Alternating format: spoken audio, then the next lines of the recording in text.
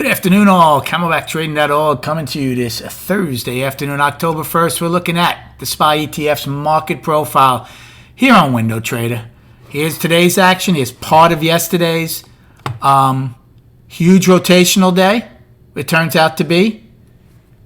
Something pretty interesting. We have a perfect POC, right? Those are very rare, right? 13 out of 13 wide. We had our volume POC not far above it with some pretty good volume at 3 million. Our volume on the day is going to be probably average or just above average with the after hours. But here's what's interesting. When you never see the opening again, right? Two things happened today that I thought might be pretty bearish for the buyers, obviously. We looked above yesterday's high. We filled the gap that we didn't fill yesterday in the SPY, but we looked above yesterday's high, never saw the opening again.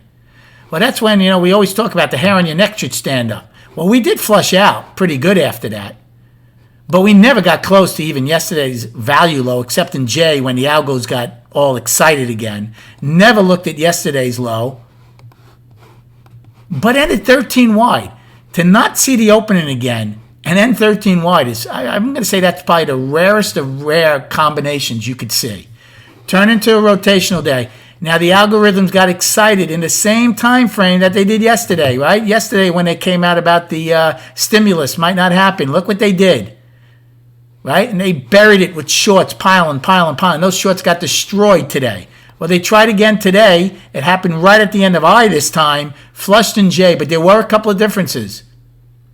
Number one, we already had a very visual, perfect POC. Number two, I think they learned their lesson from yesterday, possibly. So after they took out the day's low and got back into it, now I didn't take a long down here. I would never have taken a long down here. We actually dipped below the 50. But today is the first day in 4 days we close above the 50-day moving average. So right now we are still up in the daily. We had an excellent day in the trading room. I did make some trades after J. I didn't know if I was going to at the time because at the time I said, I'm not sure what's going on again. But we resolved it a lot quicker. We never resolved it yesterday. They kept pushing down. But today the algos, those shorts got taken to the woodshed quick and put an end to it, and we went back to our rotation. As far as my trading today, so we opened. We had higher value to start. I actually took a short against yesterday's high initially when we got up to it because I say the algorithms a lot of times don't want to take it out right away. Well, they did. So initially I was out, but I thought then maybe all we want to do is get the rest of my gap. So I added up there. And lo and behold, it was everything I traded, obviously, was tomorrow's expiration. 339 puts, added onto them, came in, took them off around the opening. Turned out to be a very nice trade. B opens up. Right? Now, we never saw the opening. Now, we don't know if that's the case. I'm not going to say that right away. But B opens, takes out A's low, got on board with a short. Again, the 339 puts. Once we got into M's range, I thought, now, I didn't expect to trade M's range right away. But once you get into it, the question is, are we getting acceptance into it? So I didn't take the short right away when we dipped into it. We came back and forth, but then I finally did. We started taking out some of M.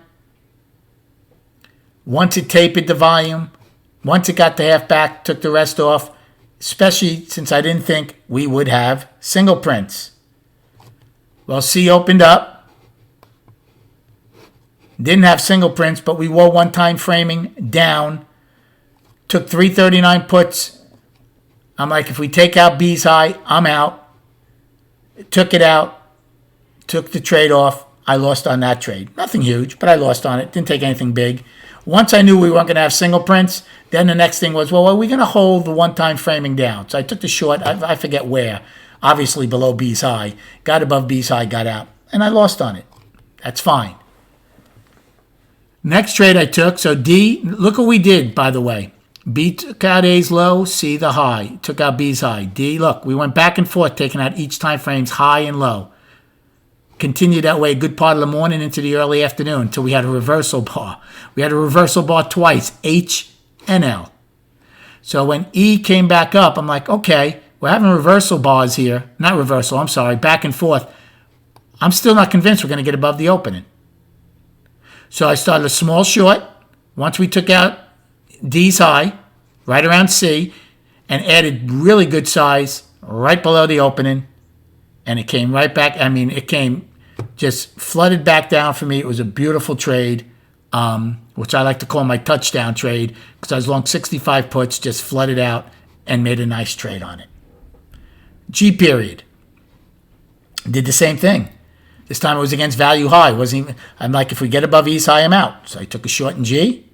Again, worked out. Same ones, 339s. I was doing the 339s versus today's high. You know I like to be in the money, because when they go in your favor, right, they start going, really in your favor. And when they go against you, since they're still in the money, they're not going to hurt you as much. So that short in G worked out. And then, believe it or not, then we got all the aggravation, IJ, the market didn't know what it wanted to do. The rest of the day, I took 3 longs. I took a long in K. Once we start, I said, if we stop the one-time framing up down, I want to see what we do. It wasn't a big one, but it popped J's high, and I made money on the 335s, and these are all 335s. Then an L period. We came down. I'm like, well, I think we're going to go back to POC again. Got below value. I did 3 add-ons. I started small, added larger, went up, ended up to be a very nice trade for me on the 3 add-ons. And then I did an M, nothing big. Took a small one in M. This time I wasn't going to add a lot more, but I did take one in M again, a small one, the 335s. I did not ride it back to POC. I forgot where I rode it back to, somewhere around here, but we did get back to POC. And not only did I trade well today and call it well, a lot of times in our room we kid around and we make dollar bets. Well, today I think it was D or E, I said to one of the traders in the room, I'll bet you $1 because it's exactly half back at the time, wherever it was. Half back was high and we didn't make this low. I said, I bet you we take out the day's low, which was B's low at the time before the day's high. I won that bet. And then when we traded down, somebody actually offered me a bet. I said, I think we'll still get our perfect POC when we were trading down here. Bet $1, won that. So it's pretty nice to make money trading and against your traders. Anyway, we have a great group. That's how great this group gets along. Everybody adds a lot of value, whether they're experienced, whether they're new. They ask great questions.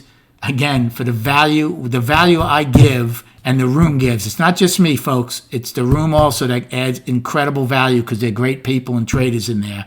For $20 a month, I don't understand why you wouldn't just check it out. And we're growing bigger every day. Like I said, we're just at about 200.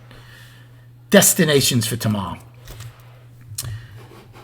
We have today's afternoon rally high, which was H, right? 337.65.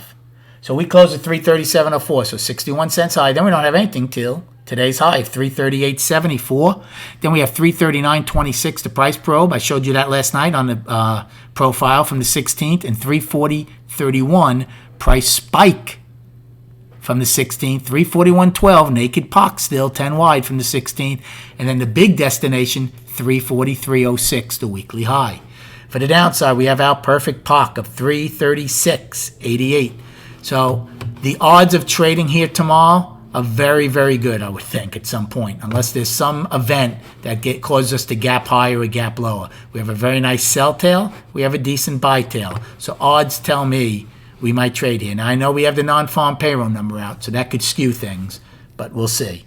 Then, below this POC, you ready? We don't have anything to today's low. That's 335.01. That's $2 lower from where we closed. Then we have 332.88 daily low, which was yesterday, and then those other daily lows that you should have filling the weekly and daily gap. Let's go to the POC, I said. Let's go to the charts. I have POC on my mind. I get excited when we have a 13-wide POC. So a very nice start, right? Nice start for the bulls in the fourth quarter, up 0.6%. The NASDAQ up almost 1.5%. So firmly in balance. We talked about this, right? Balance rules apply. We'll see what happens if we ever get to the top or bottom of the balance of last month. Weekly, gap is my main focus. If we hold the gap, we should go and test and possibly take out that high of 343.06.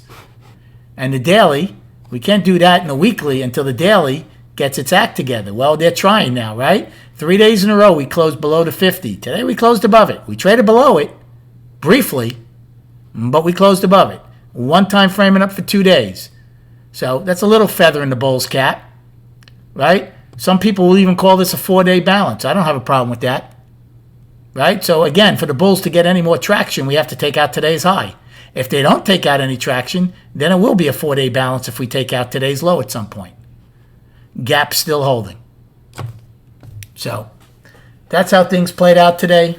I hope you all had a great day trading. Have a good night. And we'll speak prior to the opening tomorrow.